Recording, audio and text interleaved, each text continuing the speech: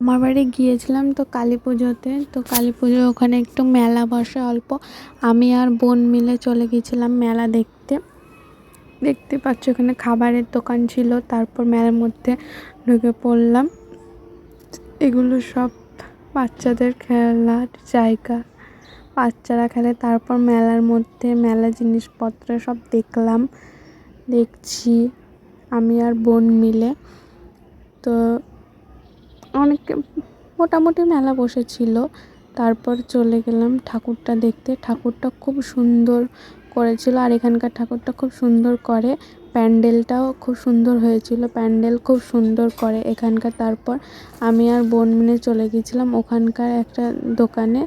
তো চাউমিন খেলাম আমি আর বোন মিলে। চাউমিনটা অতটাও ভালো করেনি, কেমন একটা, তো ভালো করে খেতেই পারিনি। তারপর বাড়ির জন্য পকোড়া কিনে বাড়ি চলে